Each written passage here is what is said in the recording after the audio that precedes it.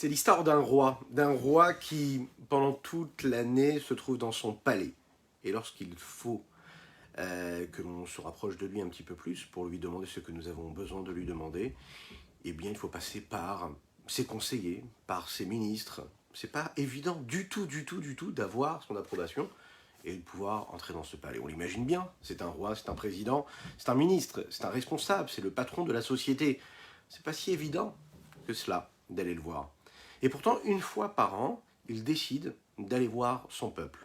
Une fois par an, il décide d'aller voir sa nation, sa population. Une fois par an, il décide d'aller voir ses ouvriers, toutes ces personnes qui travaillent dans ses bureaux, les bureaux de sa société, d'aller voir celui qui s'occupe du ménage comme celui qui s'occupe de l'accueil, comme celui qui s'occupe de lui servir le café. Et là, tout le monde peut lui parler. Pas besoin de mettre de costume ni de cravate, pas besoin de s'apprêter particulièrement, juste se présenter devant lui. Il est ouvert à tous, il est souriant, il est accueillant et il accueille tout le monde dans la façon avec laquelle ils se trouvent chacune et chacun. Alors, ça, vous savez, c'est l'histoire d'Akadosh Baruch Hu, de notre Dieu. Akadosh Baruch Hu qui est notre Père à toutes et tous. Une fois dans l'année, c'est le mois de Elul. Tout le reste de l'année, Dieu, il est dans son palais, il est assis sur son trône. On peut étudier la Torah, on peut faire la Tefila, on peut faire la Tzedaka et lui demander ce que nous avons à lui demander. Tous les jours de l'année, c'est possible. Il faut pour cela se préparer, il faut travailler dur, il faut s'investir, il faut vraiment s'attacher, faire un effort. C'est pas si facile que cela. Il faut quand même s'investir. Mais une fois dans l'année, une fois de l'année, Akadosh Baruch Hu, il sort de son palais. Le roi est dans les champs. Il va se promener, il va en ville, il va voir ses sujets, il va voir toutes et tous, et il leur permet de s'adresser à lui. Qu'est-ce que cela veut dire? Ça veut dire qu'il nous laisse être ce que nous sommes, pas besoin de s'apprêter particulièrement, aussi simple que nous puissions l'être. Eh bien Dieu entend notre prière, il entend nos demandes, et plus que cela, il les entend, bepanim sochakot, besever panim yafot, avec un visage accueillant, souriant. Il accepte. Il accepte quoi en réalité? Il accepte notre demande. Quelle demande? Eh bien, il y a les demandes du mois de Elul. Et les demandes du mois de Elul, celles qui précèdent le jour de Rosh Hashanah, et ensuite le jour de Kippour. Ce mois de Elul, le roi est dans les champs, il accepte tout ce que nous lui demandons, il accepte avec les 13 attributs de miséricorde, ce qu'on appelle les Yud Gimel Midot Arachamim. Elles sont présentes pendant le mois de Elul. Il suffit juste de se baisser pour les ramasser. La miséricorde d'Akadosh Baruch Hu de Dieu est présente partout et pour toutes et pour tous. C'est un travail du mois de Elul et il y a 3 façons de s'atteler à ce travail-là, à cet effort-là, qui nous permettra d'arriver au fait de Tishri de la manière la plus belle et surtout de profiter de cette chance et de ce mérite inouï qu'on a pendant ce mois d'Elul. Imaginez un petit peu. Toute l'année, il faut un effort pour aller taper à la porte du royaume, du palais, et qu'on donne vraiment, il faut avoir du piston, il faut avoir des gens qui vont nous aider quand même, il faut trouver des solutions pour pouvoir entrer au palais. Le mois de Elul, la Kadesh Baruch Hu, il te dit, il n'y a pas besoin, tu n'as pas besoin de connaître des personnes qui sont proches du roi, je viens à toi. Je viens à toi, ça veut dire que, il faut se le dire que chaque seconde qui va passer pendant ce mois-là, qui démarre Be'ezrat Hashem aujourd'hui, puisque nous sommes Rosh Chodesh Elul, eh bien, Dieu est là. La miséricorde de Dieu, elle est là, elle est présente. Il n'y a pas besoin de faire cet effort-là, qu'on est obligé de faire pendant tout le reste de l'année. On a une chance et un mérite inouï. Donc profitons de ce mois-là pour faire des efforts, pour faire un effort particulier. Dans les 3 domaines qui sont les principaux, la Torah, l'étude de la Torah avec plus de conviction, plus de ferveur, la Tefila et puis la Tzedaka. Ces 3 domaines-là, quand on va s'investir dedans, bien qu'Akadosh Baruch Hu, il entendra nos prières pour tout ce qui est le reste. D'ailleurs, la plus belle des prières que l'on peut soumettre à Dieu, c'est laquelle? Qu'Akadosh Baruch Hu donne à chacune et chacun ce dont il a besoin. Pas ce qu'il veut, lui, qui pense être bien pour lui, mais ce que Dieu pense être bien pour lui, ce que Dieu a décidé qu'il devait recevoir sur cette terre-là. Et que ce soit dans la largesse matérielle et spirituelle pour toutes et tous. Des mots pour introduire notre Tania du jour, que nous allons démarrer dans quelques secondes, quelques minutes. Après ces quelques notes de Nigun, je vous invite à partager, je vous invite à liker, je vous invite à commenter comme vous le faites déjà. Donc, Boker Tov les Koulam, bonjour à toutes et à tous, infiniment heureux de vous retrouver en cette magnifique journée que Dieu nous offre sur la terre. Aujourd'hui, nous sommes le Rosh Chodesh du mois de Elul, le premier jour, parce que demain aussi ce sera le mois de Elul. Nous sommes donc encore une fois le 30 du mois de Av, mais Rosh Chodesh, Elul. Nous entrons dans ce mois d'Elul. Et puis à partir de demain, Ezrat Hashem, on écoutera le chauffard tous les matins. Voilà, aujourd'hui pas encore, à partir de demain. Et puis, après ces notes de Négoun, vous allez voir, ça va être exceptionnel. Nous allons parler encore une fois de cette Tzedaka-là. Et on dira un mot aussi également sur la richesse que cette paracha de la semaine a à nous apporter, cette parachat Shoftim. Aïe aïe aïe aïe aïe aïe, aïe aïe aïe aïe aïe aïe. Ya ya ya ya ya ya ma ya ya ya ya ya ya ya ya ya ya ya ya ya ya ya ma ya ya ya ya ya ya ya ya da ma ya ya ya ya ha ya ya ya ya ya ya ya ya da da da ya ya ya ma da da ya ya ya ma da da ma ya ya ya ya ya ya ya ya ma ya ya ya ya ya da da ya ya ya ma ya ya ya ya ya ya ya ya ya ha ya ya ya da da ya ya ya da da ya ya ya ma ya ya ya ya ya ma da da ya ya ya ma da da ya ya ya ay ay ay ay ay ay ay ay ay ay da da da ya ya ya ya ya ya ya ya ya ya ya ya ya da da da mama mama mama mama mama mama mama da da da ya ya ya da da da ya ya ya da da da ya ya ya ma ya ya ya ya ya da da da ya ya ya ay ay ay ay da da da ya ya ya ya ya ya ya ya ya ay ay ay ay ya ya ya ya ya ya ya ya ya ya da da da ya ya ya ya ya ya ya ya ya ya ya ya ya ya da da da ya ya ya ya ya ya ya ya ya ya ya ya ya da da da ya ya ay da da da da da da ya ya man ya ya da da da ya ya ya da da da ya ya ya da da da ya ya ya ma ya ya ya ya ya ay ay ay ay da da da ya ya ya ma da da ma ma ma ma ma ma ya ya ya ay ay ay ay da da da ya ya ya ay ay ay ay ma ya ya ya ya ya da da da la ya ya da da da la ya ya da da da ya ya ya ma ya ya ya ya ya ay ay ay ay ay ay ya ya ya ya ya ma ya ya oi da da da ay ay ay da da da da da da ya ya ya ya ya da da da ya ya ay da da da la ya ya ya ya ya ma ya ya ma ya ya ya ya ya ya ay da da da da da ya ya ya ya ya L'Echaim, l'Echaim, l'Echaim. Nous étudions pour la réussite de Moshe Michael Saadoun, nous étudions pour la Refoua Shelema de Pinchas Ber Ben Yentel, et pour le mérite de chacune et chacun d'entre vous. Et oui, et donc comme c'est le mois de Elul, et qu'une des façons de se rapprocher de ce roi-là qui est dans les champs, c'est la Tzedaka, quoi de mieux que de développer le sujet que le Rabbi Shlomo Zalman de l'Iyadi nous développe aujourd'hui dans le Tanya. Il le dit comme ça dans ces termes très proches.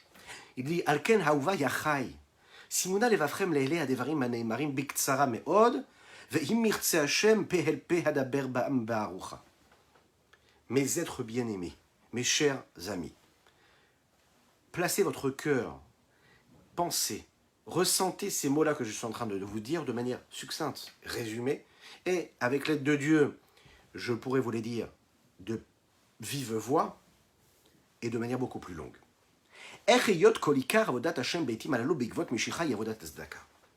Pourquoi est-ce que le principal investissement, pourquoi est-ce que l'effort particulier que nous devons mettre dans la vie de tous les jours, dans notre service de Dieu, c'est non pas d'étudier la Torah pendant toute la journée et toute la nuit, mais de faire la tzedaka.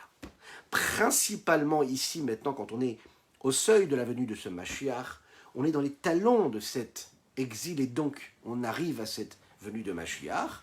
L'investissement essentiel de notre service de Dieu, il doit être dans cela, à savoir mettre la tzedaka. Ce fait de partager, de regarder ce que l'autre n'a pas et que je peux lui donner, lui apporter. Les Chachamim le disent comme ça. L'étude de la Torah équivaut à toutes les autres mitzvot et principalement quoi? À Gemilut Chasadim. Qu'est-ce que c'est Gemilut Chasadim? C'est-à-dire faire du bien, partager, donner à l'autre, me préoccuper de l'autre. Donc, quand j'étudie la Torah, c'est considéré comme si je me préoccupais de l'autre. Il dit comme ça ici, le Rabbi Shimon Zalman, il dit chez Talmud Torah, Yaikar Voda Etzlam. À l'époque où les Chachamim nos sages ont dit cela, le principal investissement qu'ils devaient fournir et leur préoccupation unique, c'était quoi? Et essentielle, c'était d'étudier la Torah. Il faut comprendre bien une chose, depuis que le monde a été créé par Dieu, chaque génération a une mission, chaque génération a une fonction, chaque génération a un investissement particulier à mettre, elle a une mission particulière. Et notre mission à nous, de cette génération-là, c'est de nous préparer à la venue de Mashiach. À l'époque, les Chachamim nous disent étudier la Torah, et quand tu étudies la Torah, ça correspond au partage de l'autre, c'est-à-dire à cette Gemilut Chasadim, à cette mitzvah-là qui est de penser à l'autre. À notre époque, on te dit, tu dois t'investir dans la tzedaka. C'est la raison pour laquelle, dans notre génération, nous avons des grands sages, nous avons des grands penseurs, des grands maîtres. Mais ces grands penseurs, ces grands maîtres, ces grands sages, ces grands rabbanim, ces grands tzadikim, ils sont là quoi? Ils sont là pour développer ce qui a déjà été dit, ce qui a déjà été enseigné par qui? Par ces grands sages du Talmud, par ces grands décisionnaires qui nous dépassent complètement. À leur époque, leur but à eux, c'était de quoi? D'étudier la Torah, de développer la Torah, d'écrire le Talmud. À notre époque, c'est d'étudier leur Torah, mais principalement de faire la tzedaka. C'est la raison pour laquelle, à l'époque, ils sont devenus des Tanaïm et des Amoraïm, alors qu'à notre époque, on a plus de mal à le faire. On a moins de tête, moins de capacité intellectuelle. Ce qui n'est pas le cas alors, à notre époque. Là, on est dans le talon de Mashiach. La souka de David, c'est une image que l'on nous donne ici. C'est un niveau spirituel qui descend, qui chute de niveau en niveau, de génération en génération. Le niveau de David Ameller, plus les générations avancent et plus on descend de génération en génération. Le niveau, il descend. Mais qu'est-ce que ça veut dire qu'il descend? Parce que ça veut dire qu'on n'est pas aussi bien qu'avant. On est aussi bien si on fait ce que nous avons à faire, nous, maintenant. Elle descend jusque ce que nous appelons ici le niveau du pied, le niveau des talons. Mais ça veut dire quoi, le pied et le talon? Et vous savez, dans le corps de l'homme, il y a la tête, le cerveau, l'intellect, et puis il y a les pieds. Ce qui nous paraît le plus subtil et le plus raffiné, c'est bien sûr la tête, le cerveau. Ce qui nous paraît le moins raffiné et le moins subtil, c'est bien sûr les pieds. Et pourtant, qu'est-ce qui permet à l'homme d'avancer, de faire, d'agir, de construire, de bâtir? C'est quoi? C'est les pieds. Qu'est-ce qui permet à la tête d'aller, où elle a besoin d'aller, d'agir, de faire, de construire? C'est quoi? C'est le pied. Le pied, c'est la asiya, ce que nous appelons l'action concrète. Soukat David, c'est appelé dans les textes la shrina. Soukat David. Soukat David, c'est la shrina qui descend le plus bas possible. C'est l'évidence de Dieu, c'est la présence de Dieu qui descend, qui s'intègre dans la matérialité la plus basse, la plus grossière, le monde dans lequel nous vivons. Maintenant, la shrina, elle est descendue de génération en génération, elle descend. Ok? Quand on dit qu'elle descend, c'est-à-dire qu'elle s'adapte à un niveau qui est beaucoup moins spirituel, beaucoup moins sain a priori. Maintenant, comment est-ce que nous avons la possibilité de nous rattacher à ce rayonnement et cette vitalité qu'il y a dans ce niveau le plus bas, c'est-à-dire dans notre monde à nous, qui est le monde de Asiya, le monde de l'action? Eh bien, c'est facile, si on peut dire ainsi, c'est d'agir. C'est-à-dire que pour réellement développer, dévoiler la présence divine qu'il y a à notre époque, et qui est descendue jusqu'à ce monde-là d'Asiya, eh bien, il faut être dans cette démarche-là d'Asiya. Celui qui se met dans une pièce reclus, et qui s'enferme et qui étudie la Torah toute la journée, eh bien, il ne fait pas partie de son monde, de son siècle. C'est-à-dire qu'il est en train de vivre une vie qui ne correspond pas à son but à lui maintenant. Le but d'un homme ici-bas sur Terre, à notre époque, dans notre génération, c'est d'être dans la Asiya. Et puisque Dieu, il se révèle, il se dévoile, ou dans la Asiya, dans l'action concrète, toi, ce que tu dois faire, c'est agir.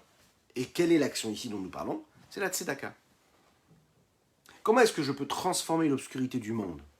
C'est parce que je vais éclairer le monde par la lumière de la shrina, de l'évidence de Dieu. Et comment est-ce que je peux réussir à permettre à cette lumière-là de transformer cette lumière, cette obscurité du monde? Parce que je vais soumettre mon penchant et je vais faire en sorte que mon penchant qui veut, lui, vivre, agir, être concret, être dans une activité qui est profane, eh bien, je vais diriger ça du côté positif.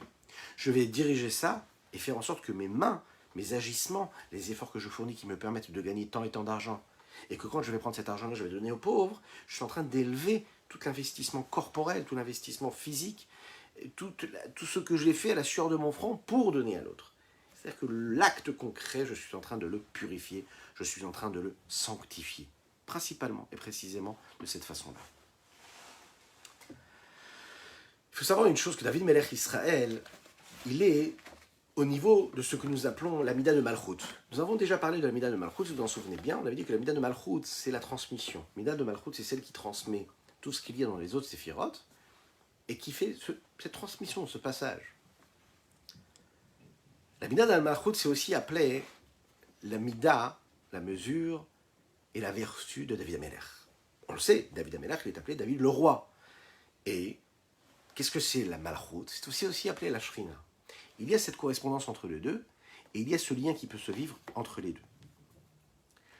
Il y a aussi autre chose, si vous vous souvenez bien, dans notre dernier cours, nous avons parlé de cette Malchut-là, qui correspond à la parole, parce que la parole, c'est ce qui permet d'extérioriser ce que nous avons à l'intérieur de nous. La parole, c'est ce qui permet de transmettre ce que j'ai à l'intérieur de mes sentiments, de mon intellect. L'autre existe grâce à la parole. Knesset Israël, c'est aussi appelé la Malchut. Ici, nous voyons donc qu'il y a un lien direct entre David Amelech, Knesset Israël, le peuple juif, qui lui aussi est appelé Malchut, l'Amida de Malchut, principalement ici. Il y a, les attachés, on va rentrer dans les fêtes, donc dans Elul, ensuite on arrive à Tishri, et Tishri, qu'est-ce qui se passe? À la fin du mois de Tishri, nous avons la fête de Sukkot. Et nous allons dire ce texte-là, Hamar Yakinanu et Sukkot David Anofel, et on demande à Kadosh Baruch Hu de nous permettre de nous envoyer Mashiach, et de cette façon de rétablir cette Soukha de David qui tombe. Mais qu'est-ce que ça veut dire qu'elle tombe? Alors on a dit juste avant qu'elle tombe, c'est-à-dire qu'elle descend d'un niveau. Chaque génération qui arrive jusqu'à Mashiach, a priori, elle descend de niveau. Cette chute-là vertigineuse, elle est véhiculée, elle est vécue, vraiment à notre époque, tout simplement dans le fait que le dévoilement de la présence d'Akadosh Baruch Hu se fait aujourd'hui de manière beaucoup plus profane, c'est-à-dire à des niveaux beaucoup plus restreints, à des niveaux beaucoup plus superficiels, beaucoup moins raffinés, beaucoup moins subtils qu'on a pu l'avoir et le vivre, comme nous l'avons dit tout à l'heure, à l'époque des Tanaïm et des Amoraïm, qui était un niveau de Gdusha, de sainteté, qui est bien plus élevé que ce que nous avons aujourd'hui. Quand par exemple, vous savez, à une époque, on nous disait que les gens priaient moins. Ça veut dire que quand les gens étudiaient, ils priaient moins. À notre époque, on nous dit qu'il faut prier plus. C'est-à-dire que la part de la tefila allemande, de tefila, il est très particulier. C'est la raison pour laquelle c'est pas si évident que cela de prier.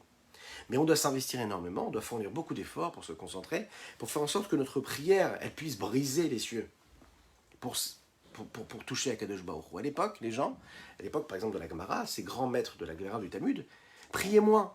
Ils étudiaient plus et priaient moins. Pourquoi? Parce qu'ils atteignaient cette connexion avec Dieu et ils raccourcissaient le niveau de la tefila qui était censé leur apporter ce que l'étude leur apportait déjà.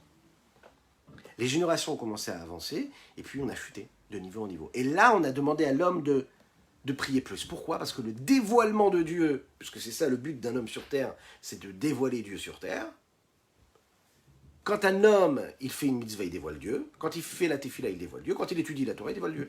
Mais à une période, le dévoilement qui était opéré grâce à l'étude de la Torah ne se produisait que par l'approfondissement de la tefila.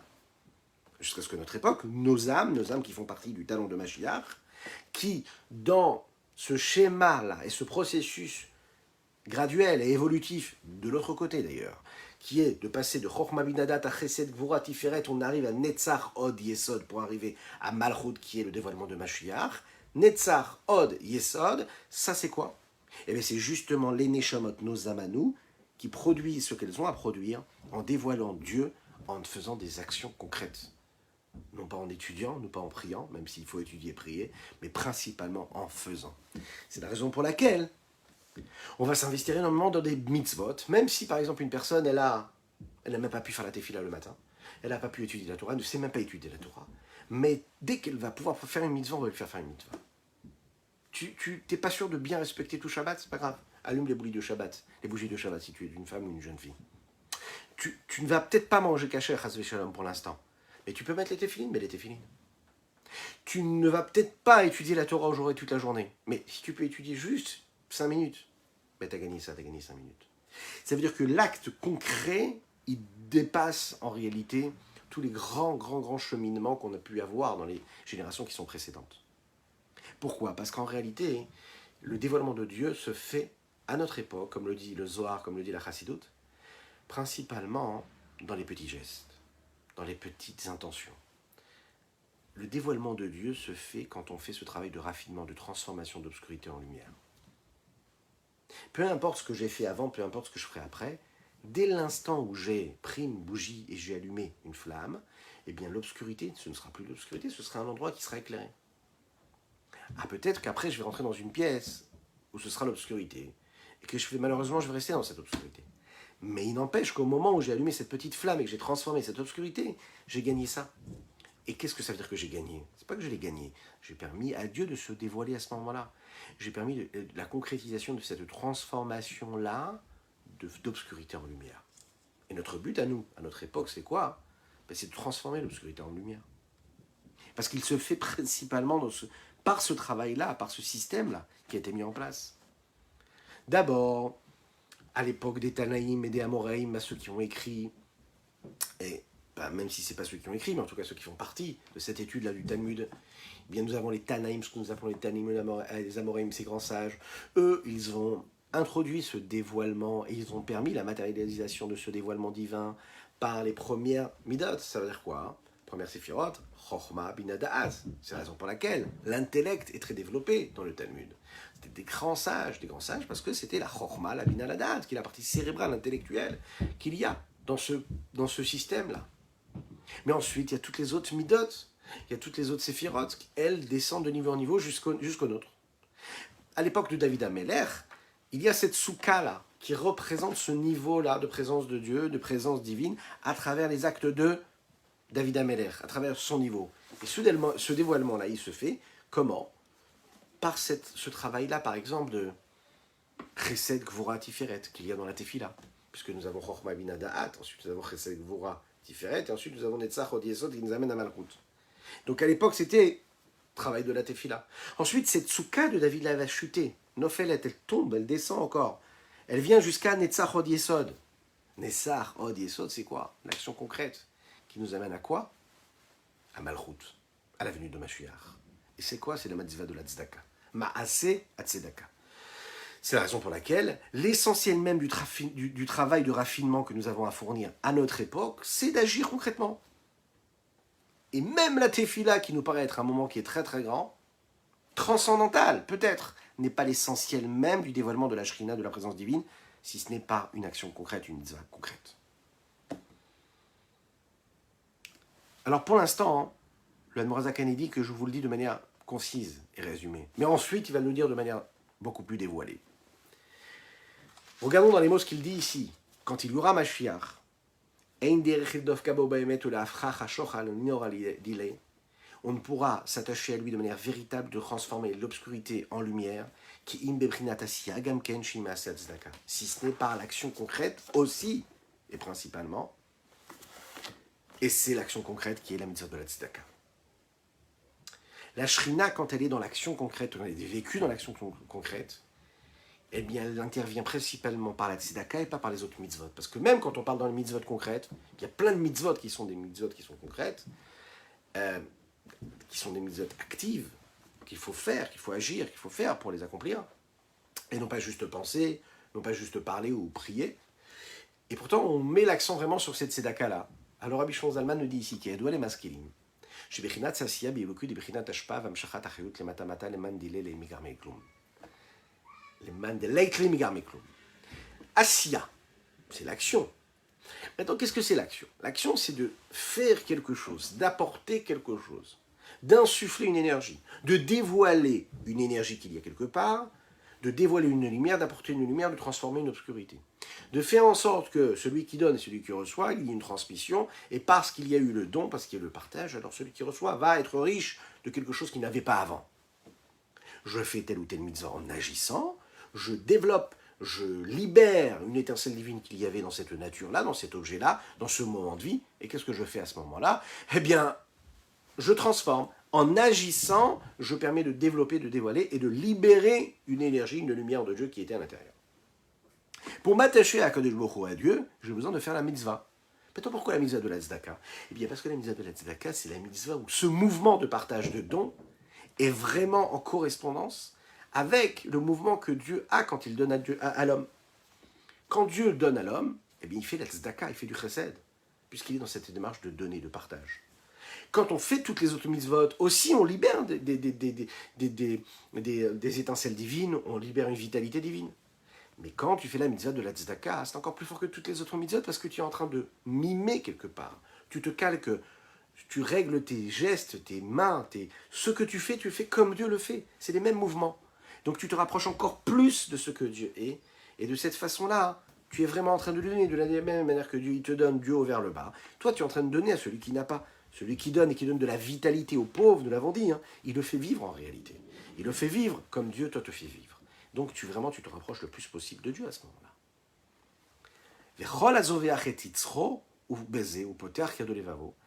Tout celui qui sacrifie son penchant sur cela et qui ouvre vraiment ses mains et son cœur. Il réussit à ce moment-là transformer, à soumettre l'autre côté, ou mais à faire il réussit à transformer l'obscurité en lumière de Dieu, du Saint béni soit-il, qui réside parmi nous et sur nous, à ce niveau-là d'action, dans les talents de Mashiach. Et il aura le mérite de voir les yeux dans les yeux quand Dieu viendra nous libérer. Quand un homme s'investit dans l'action concrète de la tzedaka, il aura la possibilité de voir Dieu de manière vraie et de manière véritable. Ici, il précise, le Rav Yoelkan, dans ses explications, il dit, il est question ici de Reya Gashmit. Qu'est-ce que ça veut dire Reya Gashmit? Ça veut dire voir avec ses yeux de chair et de sang. Imaginez un petit peu ce que ça veut dire. Parce que tu fais la tzedaka, tu peux voir Dieu vraiment, véritablement. Il y a voir Dieu de manière spirituelle. En général, on appelle ce qui est spirituel plus élevé que ce qui est matériel. Et en réalité, la chassidoute nous développe et nous dévoile ce principe-là. Ce qui est matériel, c'est plus haut que le spirituel. Vous allez me dire, mais comment se fait-il? Ben non, parce que quand tu es capable de voir quelque chose de spirituel, ça veut dire que tu fais un travail de raffinement, tu es vraiment élevé, et tu t'es détaché de ta matière, de tes limites corporelles et physiques, et tu as réussi à atteindre un monde de spiritualité. Et quand tu es matériel, donc tu es limité dans la matérialité, dans les limites du corporel. Vient la chassidoute, et la Kabbalah d'ailleurs, et la chassidoute, elle nous dit que quoi? Que non! En réalité, quand tu réussis à faire en sorte que ton matériel il devient du spirituel, quand tu es capable de vivre cette réalité divine dans ta vie de tous les jours, pas que spirituellement tu arrives à t'élever et que quand tu es dans ton monde matériel, tu restes matériel. Non, que ton matériel, il devient spirituel. Ça veut dire quoi? Ça veut dire que tu es capable de transcender ton existence physique matérielle. Ça veut dire que ta vie de tous les jours, tu la vis à ce rythme-là de Dieu, de la sainteté. Pas parce que c'est spirituel, parce que c'est concret, parce que c'est matériel. Ça veut dire que le lien, il est encore plus élevé que le lien spirituel.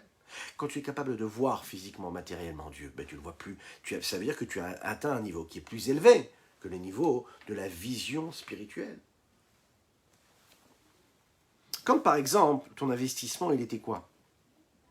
Des efforts que tu fournissais pour, par exemple, étudier la Torah. Donc, qu'est-ce qui se passe quand tu étudies la Torah? Tu n'es pas dans le monde matériel, tu es dans le monde intellectuel, philosophique, cérébral, et puis tu t'attaches à des notions de spiritualité, de sainteté, et puisque c'est de la sainteté et de la sagesse de Dieu, donc ta partie intellectuelle, elle se rattache à la partie intellectuelle qu'il y a dans la Torah, qui est la présence de Dieu, donc tu atteins des niveaux de spiritualité qui sont très très élevés. Mais tu t'es détaché du monde. Quand tu fais une mitzvah concrète, tu t'attaches à Dieu avec des forces matérielles. Alors, ça peut paraître plus bas, mais non, pas du tout. Quand tu es dans des forces spirituelles, eh bien, tu es dans le spirituel. Donc, c'est bien sûr que c'est élevé, mais ça reste le spirituel. Quand tu es capable, qui peut le moins, peut le plus, qui peut le plus, peut le moins, quand tu es capable dans ton matériel, dans ta vie physique, dans tes actes concrets, tu mets ta main dans ta poche et tu prends l'argent que tu as gagné et tu la donnes à l'autre. Et tu le fais avec un sourire. Tu fais revivre quelqu'un physiquement. là, dans ce monde matériel, dans tes limites, tu t'as fait rentrer Dieu, quelque part. C'est pas dans le spirituel, dans une idée. C'est facile d'avoir une idée spirituelle, intellectuelle. C'est facile d'en avoir. C'est facile de se connecter à des choses, à des forces qui nous dépassent. Quand ta vie de tous les jours, tu réussis à la transformer, tu manges pas pareil, tu travailles pas pareil, tu fais pas les mêmes gestes, ton corps il ne vit pas de la même manière parce que tu l'as sanctifié.